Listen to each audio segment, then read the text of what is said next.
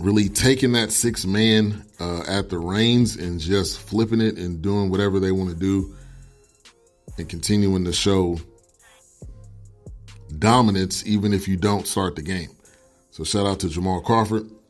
I want to give my take on the Magic situation. So Magic steps down as the Lakers president of basketball operations. I think after everything has happened, after everything going down, I think this is not what the role, it didn't go the way he expected it to be. He seemed like he was away from his family. He seemed like this is not the role that he truly wanted, but also he kind of kept to his word, because he said if he doesn't get a star player, he's going to resign, which he got LeBron. He didn't get anyone else. But people are saying that they're stunned. LeBron was saying he was stunned. They interviewed Rondo. Rondo just seemed like uninterested. JaVale McGee also seemed uninterested. So whenever Magic gets back involved with the Lakers, it always seems like something happens that causes him to exit. And maybe he's just not that type to be in these types of roles, which I think is fine. I mean, it's better to be honest than to continue to be in something that you don't want to be in. So I commend him for cutting the ties and just letting it go. But there is now more concern, I should say, with this Lakers organization. What's the direction that they're going in? As of right now, they're still going to keep Rob Pelinka. His role will grow with Magic leaving. So it's very interesting. It's very interesting with how the Lakers season has gone. I'm not surprised that they did make the playoffs.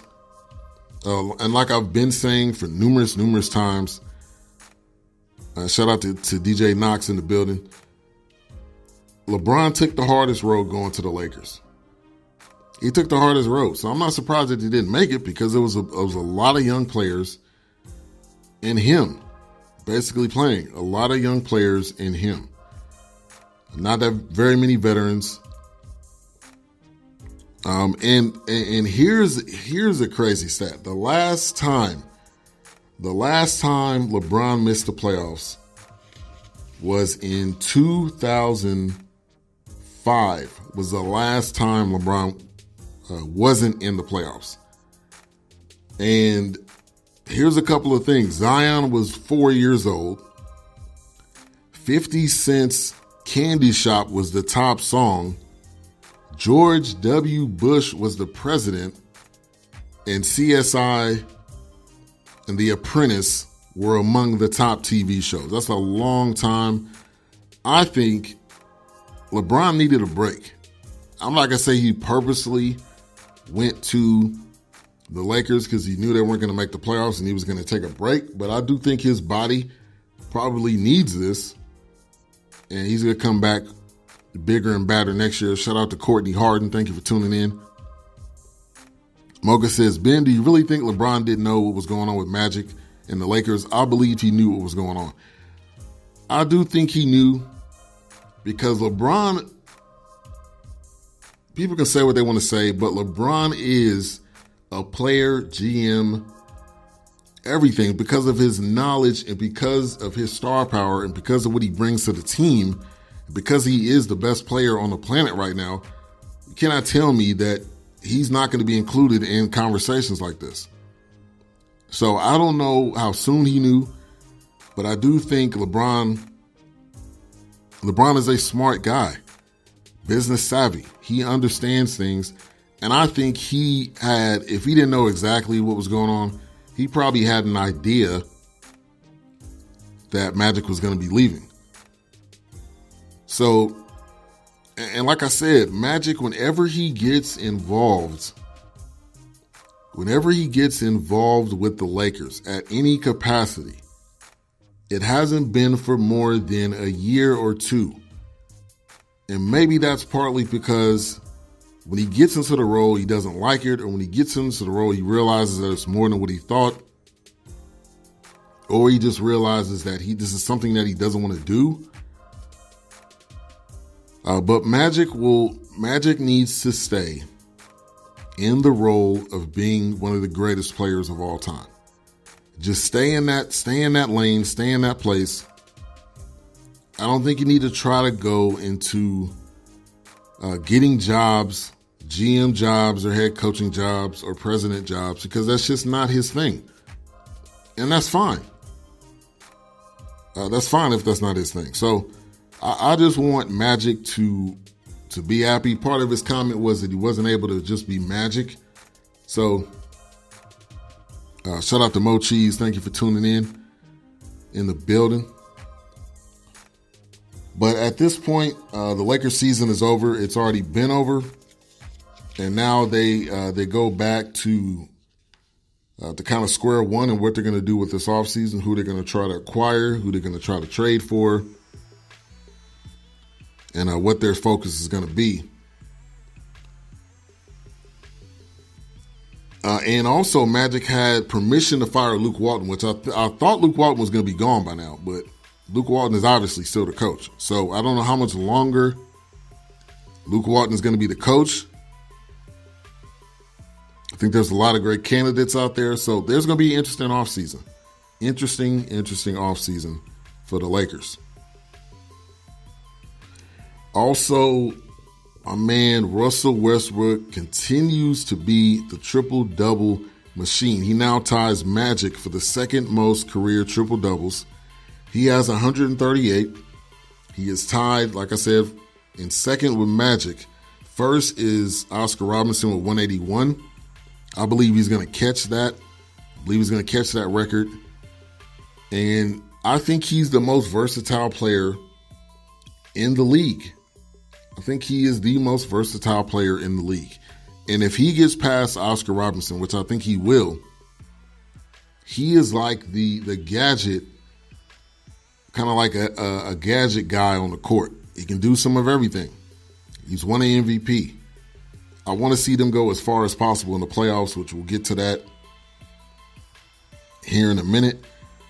So we've had some head coaching and front office firings and hirings and all of that. The Timberwolves are going to be keeping their head coach and their GM, Ryan Saunders and Scott Layden. The Suns promote James Jones to permanent general manager. Shout out to James Jones, going straight from playing. I believe he went straight into the role with the Suns. And this guy continues to impress the people in the Suns organization, which is huge for him. But he is now the permanent GM. He's got a job on his hands though, because you have Devin Booker, you have Ayton. You're probably going to have a top 10 pick this year.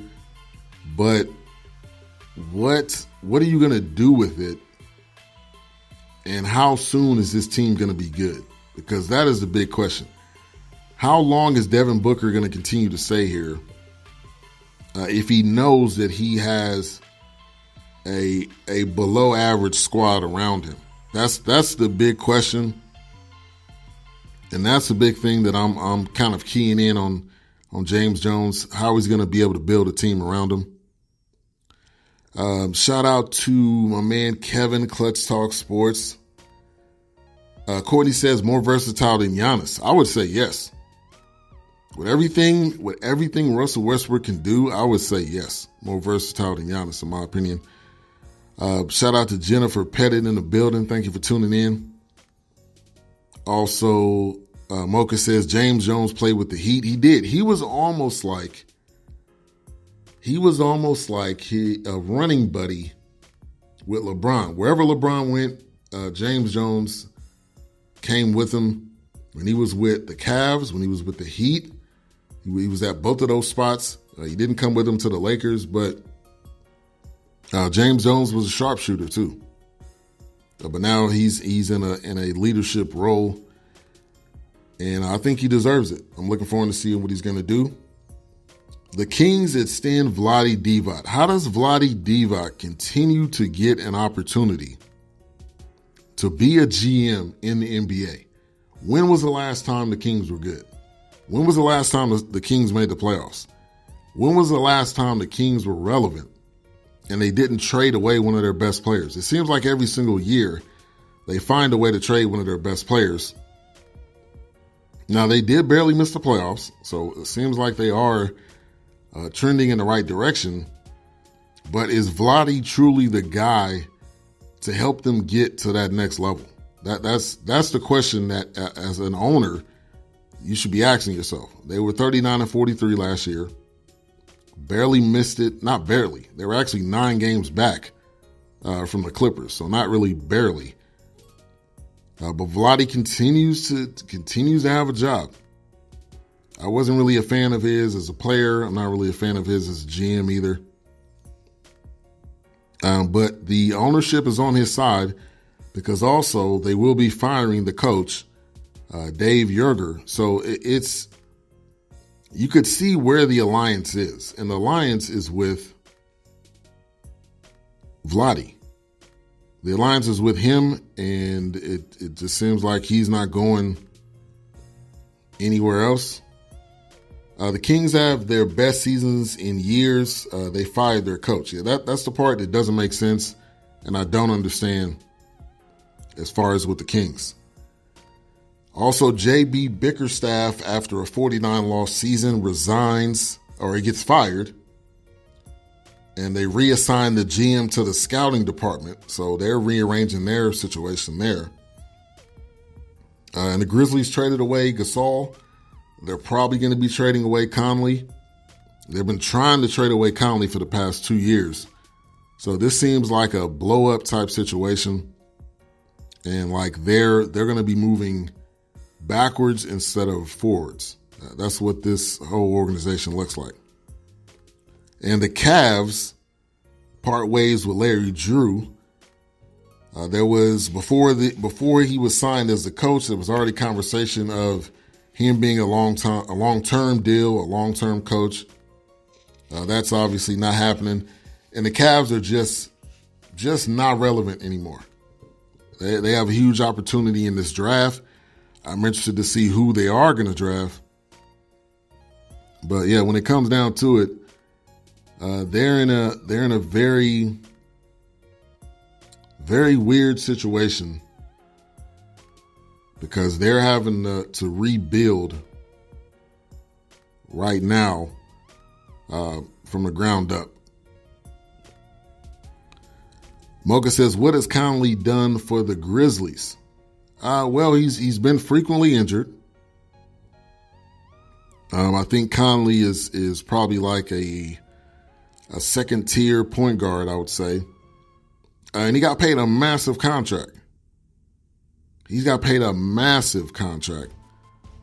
So has he led them to the playoffs? No. But I think he could be probably a better asset on another team. This year, he averaged 21 points, 6 assists, and 3.5 rebounds. But he's going to get traded. He already says he doesn't want to be around. They already traded Gasol. I mean, at this point, it's just time to blow it up and do something else. In facts, said Galloway, facts. He's been cashing checks. That's what he's been doing. Courtney, I agree with you too. Conley is a very solid point guard. He's underrated. I think he needs to be on a different team. Just like I've been saying with Devin Booker. Devin Booker needs to be on a different team. Now, I would love to see the Suns, I don't know, draft somebody else, get a real squad put together. So you don't have this kid out here risking it all night in and night out and not really getting a great opportunity to win some games or to have a winning record. So we'll see what happens there. Let's get into these NBA playoff matchups. NBA playoffs start on Saturday at 2:30 with the Brooklyn Nets going up against the 76ers. this is when the real fun begins. This is when the real basketball happens.